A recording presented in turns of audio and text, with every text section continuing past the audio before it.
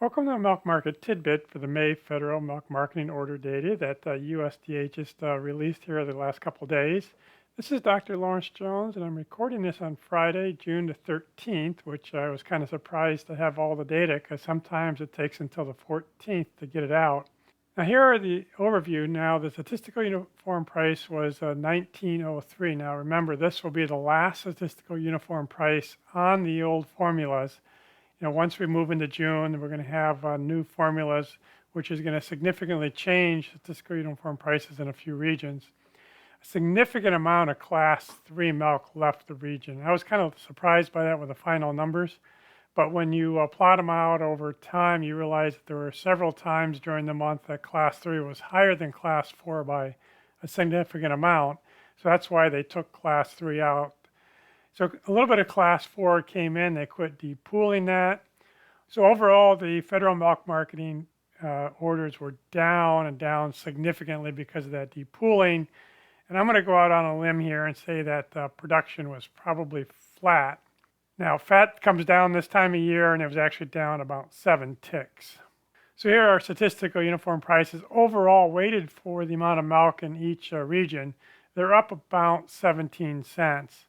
Our highest value is down here in Florida at $22.90, and our lowest values here in order 32 at $18.41. But a lot of them were in that 1850s to 19 ranges.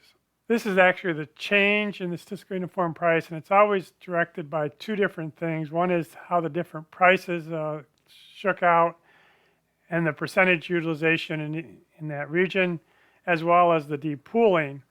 Now, class 3 was up $1.09, and class 1 was down $1.20, so it was quite a disparity.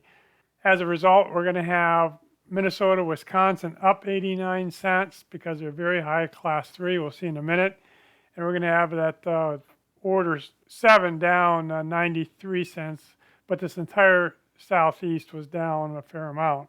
So one of the things I like to look at is how did the daily milk production change? And again, we've got a lot of red in here because a lot of the area significantly dropped milk production. Overall, we were only 86% of last month, and that's all due to that depooling. Because if we include just 1, 2, and 3, we're down almost 20%, and if we exclude 3, we're up 10%. So there's a significant difference. And the one that dropped the majority of the milk is California, down 69% of the previous month.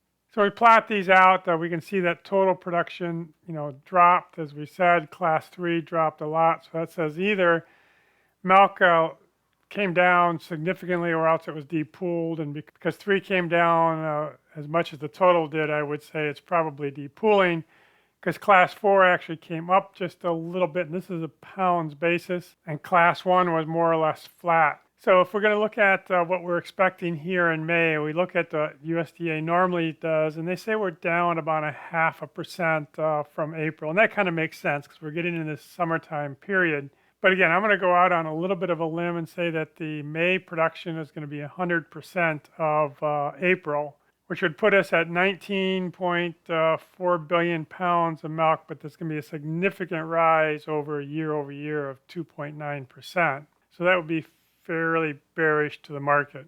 So our total capacity came down as we saw, and that's all due to class 3 depooling.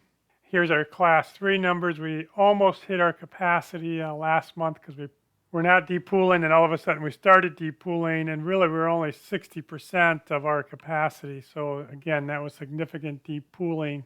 Class 1 utilization came up as we would expect, because if we're depooling class 3 significantly, the other ones have to come up. So it was up to 26%, and the entire southeast has got a very high class 1 utilization, ranging from almost 69 to almost 82%.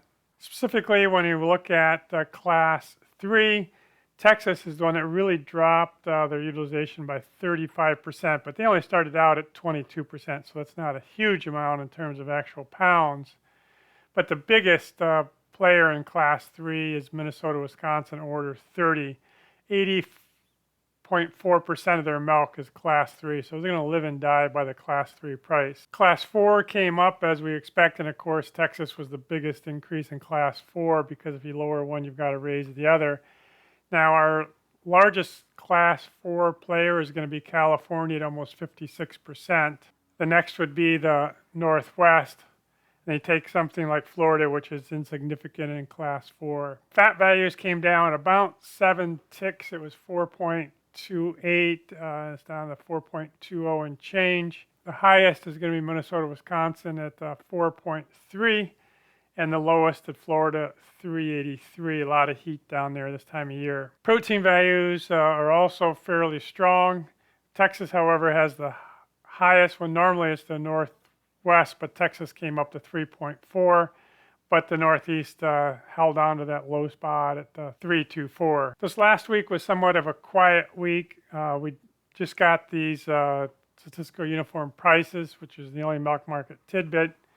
Next week, we're going to have a holiday on Thursday, and I believe the markets will be closed. And then we'll have the milk production report on the 20th, which will be the next milk market tidbit.